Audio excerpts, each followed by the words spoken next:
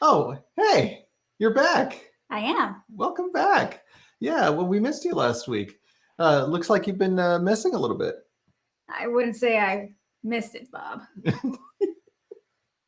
I mean, of course I've missed it. Of course you have. Welcome back. Thank you so Just much for my being little here office and space your reference. clandestine trips that you take.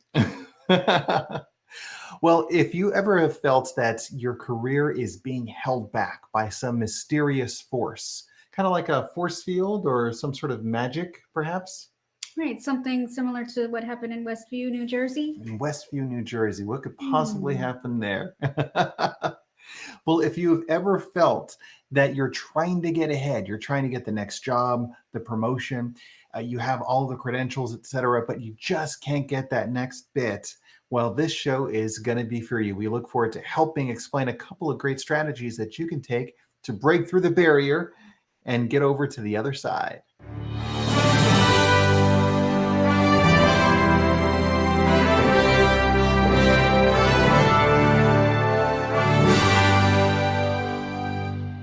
Hi, everyone. I'm Javier. And I'm Karen. And together we are the The Gov Gov Geeks. Thank you so much for joining us today.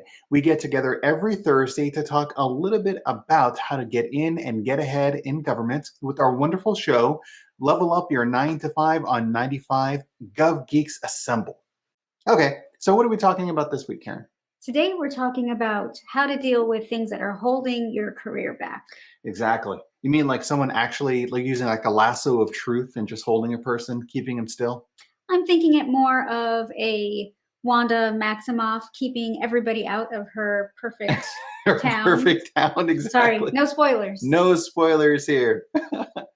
But yeah, totally. I mean, especially if you feel like you've done everything that you need to do. You've had the right time, number of years experience working in the job. You have the right degrees, the right certifications, but yet somehow there is still something that's keeping you from getting that next job or even getting the promotion. Well, while we can't answer all of the issues, like in one division, what we can do at least is to help you kind of piece through some strategies to help you move through in your career. So, what's the first thing that we can offer folks? So the first one is the danger of limiting beliefs. Oh, yes, limiting beliefs. Those are huge things. Where basically it's like this thought that you believe is true, and yet it is holding you back from being able to move forward. Like, in order to get this promotion, I just have to get that third master's degree. Yeah, Right, which is a limiting belief. that You is believe totally a that limiting belief. you believe that to be true, and in that way it is limiting you from moving forward. Yeah, but honestly, a lot of times when we're talking with our clients, that's just the idea or the assumption. I mean, we're used to going to school and graduating, then going and getting the next degree and graduating, and then all of a sudden being qualified for a position. Well, just because we have all of the qualifications, that doesn't necessarily mean that we get the job. And a lot of times people get the jobs without necessarily having all of the qualifications. So, this limiting belief that you are holding yourself back because you don't have enough of one specific thing is certainly something. Um, I guess, like within reason, right? Like, I cannot say that I have a limiting belief that I'm going to be the starting quarterback for the National Football League. It's just not going to happen for me. Well, that right there is a limiting belief because you just never know. Exactly. You just never know. There might be a situation or an issue. Well, Karen, how do you tackle whether or not you find a limiting belief to be something that's true or something that is, well, not so true? Well, you test it. You test to see if it is something that has been proven, that you have indeed tried to be part of the National Football League and were unsuccessful, then that's one thing. Right. But if you haven't even taken the opportunity to try something, then that could be a limiting belief because you're letting it hold you back from even trying. Exactly. Absolutely. So, I mean, ask yourself honestly, well, have you tried?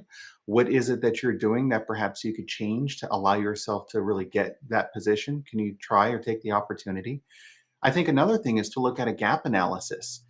For instance, if you look at all of the individuals that are in a position similar to the one that you want to get, and you just put together a list. All right, what is it that they have in terms of experiences, qualifications, etc. You can look at their bios, for instance, and then look at yourself and think, do I have those similar credentials? And if you do, then yeah, there you go. You've certainly got all of that. Right. Or it's just a matter of fact of having those conversations. I know that I've reached out to people who are in a certain field because I wanted to get into that. And I had the limiting belief that I had to have a specific type of degree in order Mhm. to get into that type of position. And after speaking with the person, I learned no, that is not the case at all. So it was very exciting news for me because that limiting belief was ultimately crushed, which Right. is great. That's And great. so I could focus on the reality of being able to get into that type of work. I mean, think about how many careers out there could have been if an individual would have thought it possible for them to accomplish something rather than just assuming that it's not and then not even trying. Yeah. So those are three great ways to really address a limiting belief. First, ask yourself, I mean, what more aren't you doing compared to what others are doing around you? Second is a gap analysis, trying to find patterns of what you see around you and asking yourself fully, well, do you have what's there? And then the last one is just really having conversations with people that are in these areas, really informed opinions rather than just a belief or an assumption. So you're going very meta on me where you're having strategies for one of the strategies. I Is that guess what you're doing? I guess I am. Well, Okay. you have such great ideas. I just want to make sure we get them all captured. Okay. Well, that's the show. It's a wrap. Well, just in case, let's talk about a couple more things. I just want to say really quick though about limiting beliefs. They could have been there initially to really kind of help you or keep you safe. Maybe there was something that you had gotten when you were younger. For instance, my parents really cared about me and they didn't want to see me get hurt. So they always told me, maybe you shouldn't go out for sports. You're going to get hurt. We want to keep you safe. Why don't you try these other things? You could get injured. And then in the back of my mind, I always thought I shouldn't do these things because I can get hurt. And I just carried that belief on and on. And then now that I'm older, gosh, what if I What would have could you tried? have been? What could I have been? The Javi Lopez of baseball. Exactly. I could have been the Javi Lopez of baseball as opposed to the other Javi Lopez of baseball, which that guy was phenomenal, by the way. But yeah, I mean, we both had the same name, so we possibly could have been. That'd have Right. been cool. Just different limiting beliefs. Different limiting beliefs. So ask yourself really, what limiting beliefs are you still holding on to that's really holding you back? All right, so that's the first one. What's the next one? So the next one is Gremlins exist beyond the movies. Yes. Oh gosh, the little gremlins. If you have that little voice inside of your head that says, you're not good enough, you can't do this, you're only going to fail, why do you even want to try? That gremlin is there to keep you from doing something that perhaps could fail or something that could hurt you. But that gremlin can also hold you back, right? Right. So I Yeah. guess not quite the Mogwai type of gremlin, but more the Spike version, the Exactly. evil The type evil gremlin. one that's just there to kind of You say, can't do "You can't do this. this. Don't apply for this when you're not qualified enough. You don't have enough degrees, or you don't have enough experience, or you don't have." Right? If you try, you're going to fail, so you Why might as well bother? not even try. Exactly. That's kind of like what the gremlin is doing that lives inside of your head. And I love the idea about the inner Magui as well, because you have a cute little happy version of the gremlin that's like saying, "You can do it." Yeah, very sweet and cuddly and makes you feel good. And then you have the other that is not so pleasing. Yeah. I mean, think about like the gremlin could be there to kind of keep you safe. For instance, when you're walking outside and you're like, yeah, I can run and catch that bus. I can dodge the traffic. Probably not. Maybe that's not such a great idea. But when you allow the gremlin to control everything in your career and your growth, well, that's how things can kind of begin to stagnate. So, how Mhm. many times has that little voice stopped you from doing something that you really want to do? Good. How do you crush your gremlins? How do I crush my gremlins? Feeding them after midnight. Isn't that how everybody does it? Yeah. I mean, you can ask yourself a little question like, why is it that I believe this? Or I hear and understand this voice, but why should I listen to it? Why is it a concern? Right. Or I like to prove my gremlins wrong most of the time Yeah, because you it's do. it's it's really myself getting in my own way, right? That's what Right. these gremlins are. Right. So by hearing them say you can't do that, you can't do that, this is not for you, I kind of go through and at one level I'm like, all right, yeah, I can't do this anymore. And on the other hand, I'm like, no, but you can't tell me what I can't do. So Right. then I try to prove them wrong, which sometimes can be a good strategy and sometimes a not so good strategy, but that's usually how I tend to deal with them. And it's also part of the growth process because, I mean, how could you know unless you tried? Yeah, I think there's a lot of great things out there that could have been had an individual really tried or had the courage to want to try. That apprehension destroys so many things than failure ever has. At least a person tried. But be safe. Don't go running in traffic. Okay, what's the next one? The next one is false assumptions crush the possible. Oh, yes, a false assumption. So, this idea that you think that something is true, but it is not true. And this is different than like a gremlin or a limiting belief. A gremlin is going to be the one that says, you can't do this, you're not worthy enough, you're not qualified enough. And doesn't have anything that's like proven. Exactly. A limiting belief is going to be this idea that there's you have this opportunity to do something, but yet you really shouldn't take advantage of it because you don't have enough of what is necessary. But a false assumption could also be about the environment. For instance, I want to submit my application, but I'm going to assume that the person isn't going to think I'm qualified.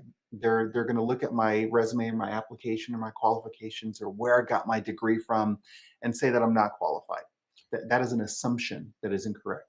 So, what is the difference between the assumption and the limiting beliefs I think the assumption is what you assume for this environment that you're in. What is outside of yourself? A limiting belief is really just internally? yes, absolutely. Like you can't do something or you shouldn't do something. When a parent says, you're not good at this, you should try that, and then you just continue to believe it and then it stays with you. The assumption could be something like, well, gosh, I just assumed that the other person wouldn't even consider me. For instance, there at one time was a false assumption that if I had taken the opportunity to speak with you when we were dating, or even before then we were dating, gosh, there's no way she's going to take the time to chat with me.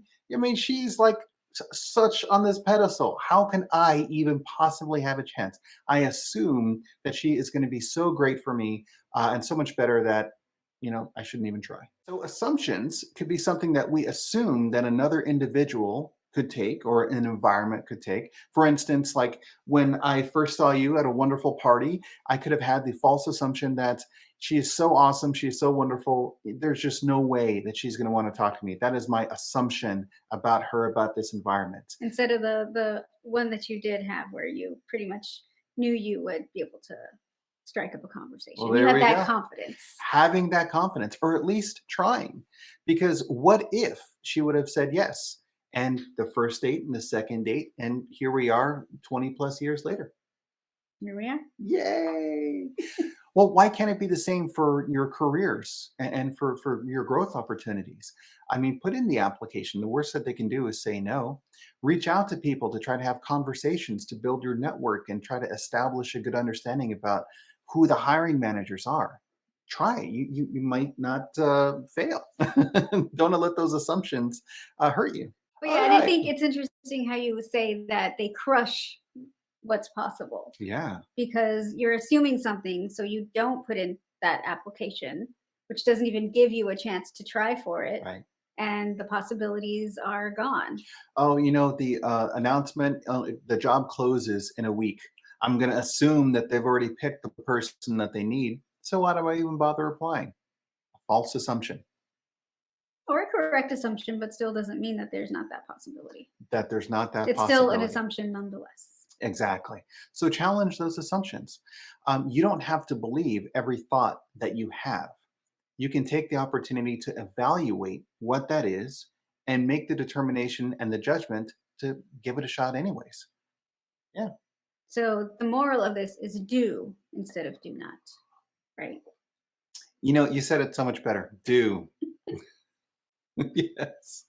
Okay, Karen. So what's the fourth one? So the fourth one is to have a growth mindset. Have a growth mindset. Though those are absolutely very important. It's not just saying like, all right, I failed. I'm going to continue to fail. Why should I even have to bother trying a little bit more? But if you have a growth mindset, you can ask, well, what did I learn about the experience? What can I take away from this one? There's even the concept that I learned when I was in consulting of failing faster. The more quickly you fail at something, the easier it is for you to learn what had happened. Make adjustments, try again. Yeah. Yeah, fail faster. So, how do you manage your growth mindset? I think it's a lot of what you mentioned is a lot of times I have to take a pause and circle back. I think we've had that one before. Pause, circle back. Absolutely. All right, take that pause because it is frustrating, especially when you feel as though you're constantly failing or you're not doing something right and you're sitting there and going through a hard time at work or anything else. And it's really hard in that moment to think of it as a growth opportunity or to Right. have that growth mindset. So it's important to first acknowledge it, Acknowledge. Absolutely. right? And sometimes I tell my team to embrace the suck, which you don't want to be in that mode all the time, but sometimes you have to, and then move on. Mhm. And Well, what failure is a fantastic teacher. What can you learn from success if you're always succeeding on something? You're always getting everything perfect. There's no room to grow. right?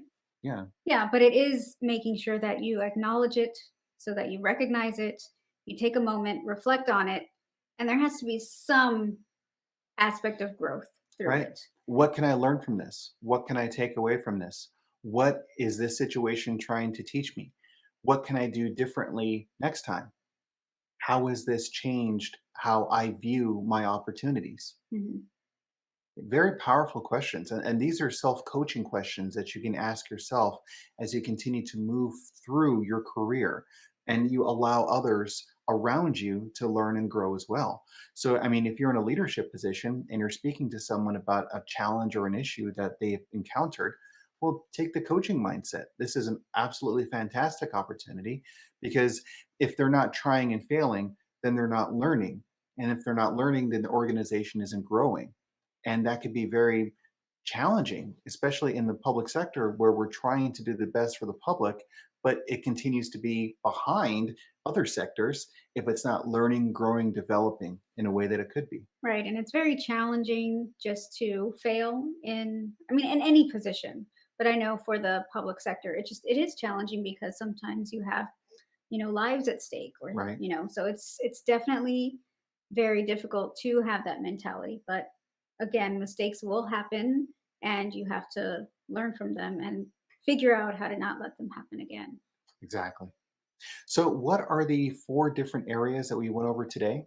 So today we talked about again how to remove what's holding your career back. Exactly. So, some things to keep in mind are the danger of limiting beliefs. Mhm. Gremlins exist beyond the movies, Absolutely. That little voice that's inside your head that's saying you can't do something, you shouldn't do something, you're not good enough. right? False assumptions, And a false assumption is the environment. You think that an employer is going to say no automatically, so why even try? right? And then having a growth mindset. Yes. What can you learn from the issues that you've experienced? How can you apply these to be successful the next time? Definitely.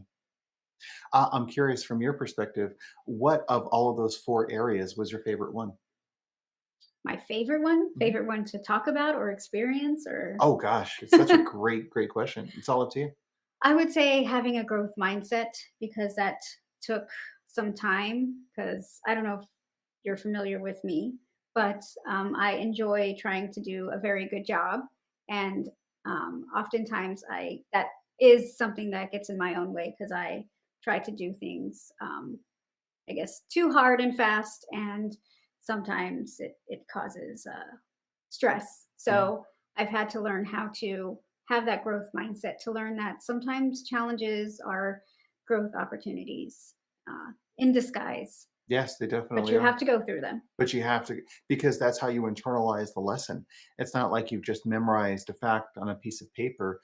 This is your career. I mean, this is things that are really meaningful for you. So, how do you take what you've experienced in a way that allows you to grow from whatever challenge, setback, trauma, etc., that you've experienced? Those are very challenging. And you never know what struggles others are going through. I think we're all people, and we talk about the human factor a lot. Mhm. Everyone is going through something, everyone is human. So you just, again, you never know the different struggles that people that you're working with are going through. And it's important to keep that in mind as you're going through your struggles. Right. But when you compile all of these together, you have a better approach to how you can move your career forward. Because really, I mean, shouldn't you feel that you have a degree of comfort about where your career is going, that you deserve that next opportunity and really where you want to take your career as a next step or a change? I mean, certainly that's the best thing for all of us. It's not like we're just trying to continue to live in that one same moment of stagnation. Really you have the opportunity to continue to grow and evolve in your career. So you might as well take it. I enjoy having these conversations with you. Okay, so now before we move on to questions from the Gov Geekdom, our questions and answers session, just want to briefly say, please feel free to come on out to thegovgeeks.com to submit any questions that you might have for us to talk about or discuss on the show.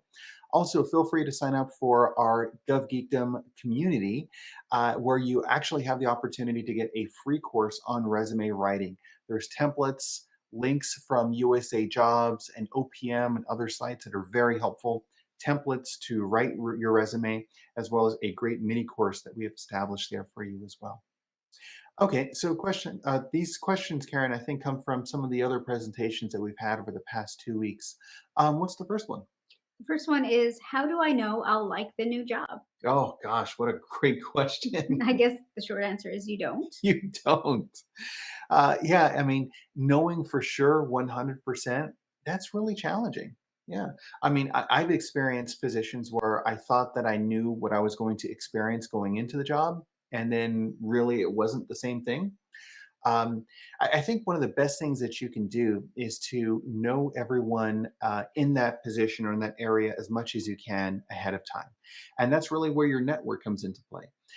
Were you able to have conversations with people that work with the hiring manager? Were you able to see work products that the organization is able to, churn out or release? If you can envision, well, what experiences you may have had in the past that would allow you to really thrive in that type of environment, and then honestly asking a deeper question: would you even really get along with the people that are there? I mean, would you be happy to have lunch with them? Because you're going to spend so much time with them, you might as well just really enjoy knowing what you're walking into ahead of time. Yeah, which is sometimes difficult. But the other thing is to just be honest with yourself once you're in the position. Give yourself some time. And if, I don't know, a few months pass and still you're not getting any improvement, then it might be time to start thinking about the next steps. Yeah, absolutely. You can also think to yourself really well, the work that you care passionately about, is that the work that you're going to be doing in that job? So, as part of the interview process and as part of the networking, you get to ask those sorts of questions. I'm really passionate about this. Is this an option that would be good for me here in this area? Or I'm really excited about working on these sorts of projects, and I understand that this is what is involved with the position. How does that work in this organization? How do we go about moving to accomplish those goals together? You can even ask open-ended questions to the potential hiring manager and ask them, how do you measure success? What do you value in an individual that you work with? How do you know that an individual has successfully accomplished a task? And then based upon their feedback, you can get a good sense of, well, is that an environment that I would like to be a part of? Are those experiences that I would like to have or that I share as really positive feelings? You may even be able to ask yourself a deeper question like, of the experiences that I've had in the past, which ones that I feel really excited about? What are the jobs or the actions or the activities that were just really fantastic for me? And then use those experiences to really connect with the hiring manager to say, I enjoy working like this, or I understand that this is the best way that I function. Is this something that would work well in the organization? Or how do you see that as a value or a benefit?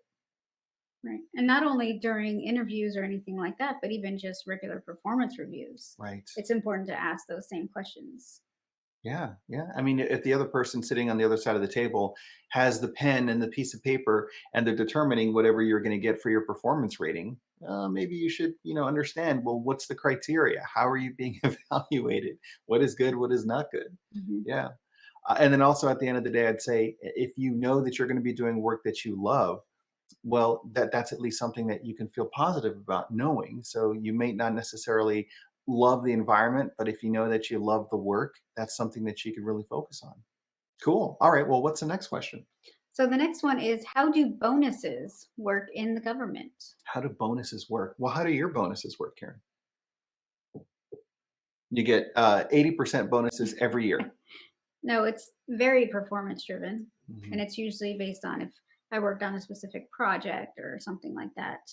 But I wouldn't say you don't want to, I don't know, bank on bonuses every year Right. within the government. Yeah. That's not something that we really strive for. It's all about the public trust, the public work, and it is taxpayer dollars that are paying our salaries. Exactly. Yeah. Public funds or a public trust. And I think also it depends on what the budget looks like for the organization. So they may recognize that at certain periods they have more or less dollars available. And then they're able to divide that out to say, well, if you are at this higher level, you get this percentage. If you're at this medium level, you get this percentage, or you get this amount of time off as an award and a thank you for the work and the service that you've had. I think one of the bigger things, though, is if you really enjoy what it is that you're doing and you're passionate about the work, the benefit and the value is to get more of what you really care about. Mhm. Like one of the things I've heard before is, the congratulations for good work is more work. But I mean, if the work that you're doing is something that drives you and you're able to find the position through your networking, through your resume planning, and through coaching services that allow you to find what is the best opportunity possible, well, then, yeah, there you go. Those are the things to really kind of take advantage of because the more work you get, the happier you can be doing that stuff because you actually enjoy it. Right. Well, there you go. So that is another wonderful opportunity that we've had to chat with you guys a little bit. This has been GovGeeks Assemble, level up your 9 to 5 on 95. We appreciate you joining us. Please come out and visit us at thegovgeeks.com. But Karen, what are your closing thoughts on the subject? Don't let your limiting beliefs or assumptions define you or your career. You are the individual who has the say in how you progress. So just don't forget that and be patient with yourself, just as you should be patient with others. That's good. Yes, you're in charge of your own career. In Thank you charge of so your own much. destiny. Yeah, well, it's even better. Every time I think I have something that's great, she just makes it better. Thank you all so much. We'll see you next time. Thank you.